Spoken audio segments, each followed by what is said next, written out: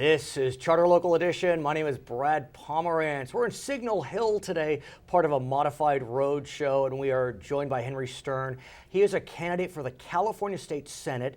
The seat is currently held by Fran Pavley, who is termed out. I know you have worked for Ms. Pavley in the past. Tell us a bit about the district. So the district is amazingly diverse. We go Malibu to Magic Mountain. Nice. Sherman Oaks to Thousand Oaks. So we've got the Kardashians and Ronald Reagan Even all better. in one district. Right. My question, though, is in a district that is close to 1 million strong, how do you speak to potential voters? Right. I mean, there are states that are smaller than the district in which you seek Senate election. It's and such a diverse set of communities, right. too. I mean, Topanga is very, very different than right. Santa Clarita. Oh, yes, it is. But what ties everybody together? That's the big challenge for a Senate right. seat like this. So everyone cares about public schools, everyone loves their land and their environment, and everyone wants safe neighborhoods. So that's sort of our emphasis there, is that quality of life really ties people together. And you know, you run around a lot. I put about 30,000 miles on my car, so you're driving. Are you able to walk? I mean, literally knock on doors, or is the district just too big to engage in? You gotta walk. Yeah. You gotta walk. Even if you can't reach every household, right. you gotta walk and knock. I mean, that's how you connect with people outside of your bubble. So I'll just walk in my neighborhood. I live in Canoga Park. Nice. I'll just go. So what are your voters saying to you? It's an interesting year, obviously politically, but we are in California, which, you know, seems to be doing all right economically, although you say Canoga Park, that could be an area where unemployment is still a challenge. Sure. Well, I think, first of all, everyone's trying to figure out how to Trump-proof the state. So I think there's a lot of anxiety among the electorate about just, especially in Latino communities and the communities from. Is there a decent number of Latinos in your district? We have about 25% Latino population. And if I may ask, I digress a bit, but do you sense they're going to be voting in numbers greater than they have in the past? There's between youth and voters of non-white voters, women are coming out. I mean, there's a lot of people who were offended by that guy, so they're all woken up. Well, what about in your June primary? Because you know, we had thought that at least on the Republican side, California would be relevant. Not as much, since Mr. Trump has all but cleared the field. On the Democratic side, I mean, we presume Ms. Clinton will be the nominee, but Bernie Sanders is chugging along. Bernie just moved in next door in Thousand Oaks, so the Bernie crowds are there. So in terms of June, what does the electorate look like? We think Democratic turnout will be very strong. We still think there's enthusiasm, and we'll see about the Republicans. They might just show up. They tend to vote in better numbers just in general. Talk to me about running in an open primary. Yeah. This is is it the second cycle, third cycle, whatever it may be.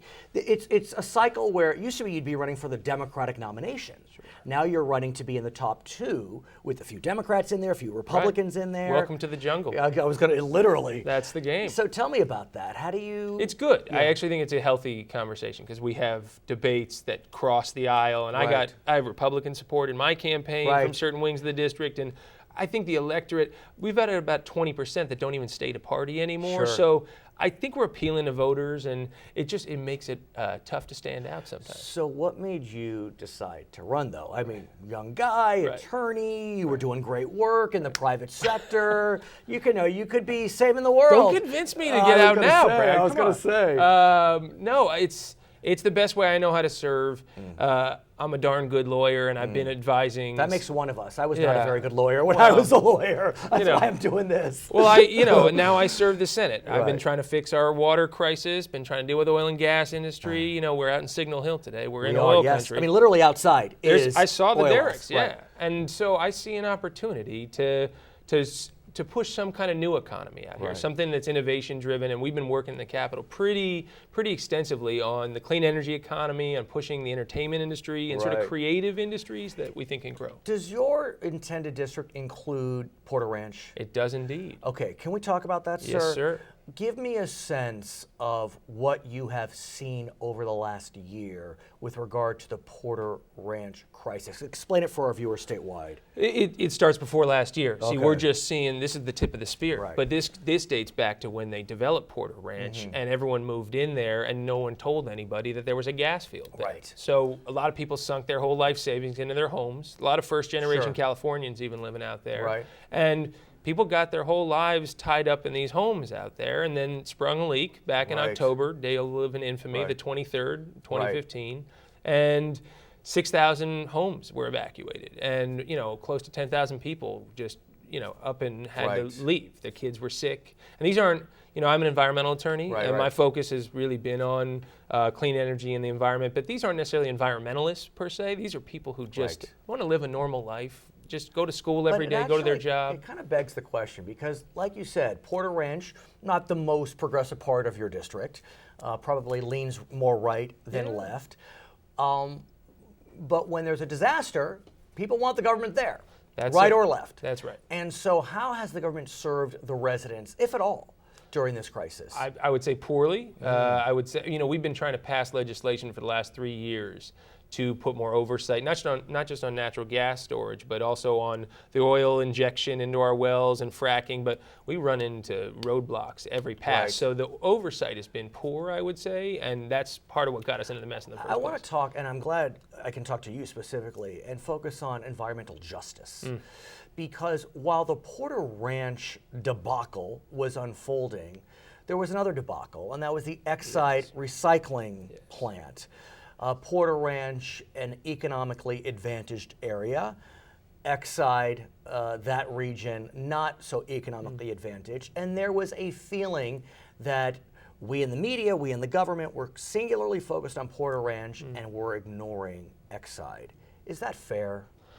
First of all, I would call Porter Ranch a middle-class part of this district. But much more. But doing a heck of a lot better than the community ranch Exide. And those people have been ignored for far too long. And if anything, to elevate this issue that pollution affects families and neighborhoods, and just to get it going, we finally now appropriated, I think, $360 million to Exide, the community. And more than even the legislature asked. The governor, I believe, kind of went above and beyond.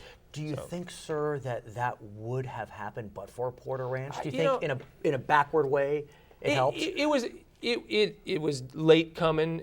We had been working on legislation for the last few years on cleaning up Exide. I think part of it was about the bankruptcy and trying to unwind that company, but the timing was important. I mean, it really, the notion that environmental policy actually affects our daily lives, I think, was elevated by Porter Ranch. Let us presume victory, and you move to Sacramento come December, January. Thank you for that presumption. I was going to say, what happens when you walk into the President Pro Tem's office and he says, Henry, what committees are you interested in being upon? I want to be on the Budget Committee. I consider myself a fiscal conservative, but also an environmental progressive. I think there's a new way of thinking about how we budget in this state, not hiding costs from the electorate, whether it's underinvestment in education or letting companies pollute and not pay the full cost of that. I think we need to bring a savvy to the budgeting process that could affect the rest of the state. So that's one committee. I think you get two, maybe? I might get three. We'll see. Maybe they'll pile it on.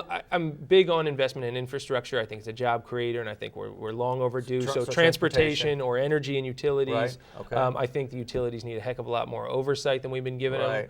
And so be looking at those committees. Environment? Yeah, absolutely. I mean, I'm so hungry to get up there and do the work. I'll take whatever. I mean, water and resources, our drought crisis, huge, dealing with oil and gas.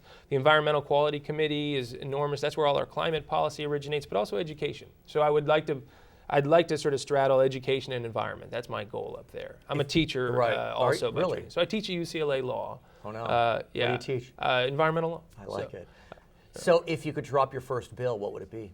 Oh, I'd just pick up where Senator Pavley left off and try to get through some meaningful reform of the oil and gas industry. If she can't get it done this year, we're going to try. Right. But we might run into an impasse. We want to have setbacks from every major fossil fuel infrastructure development to homes around this state. So we don't want you buying that home and then suddenly realizing you're on top of an oil field.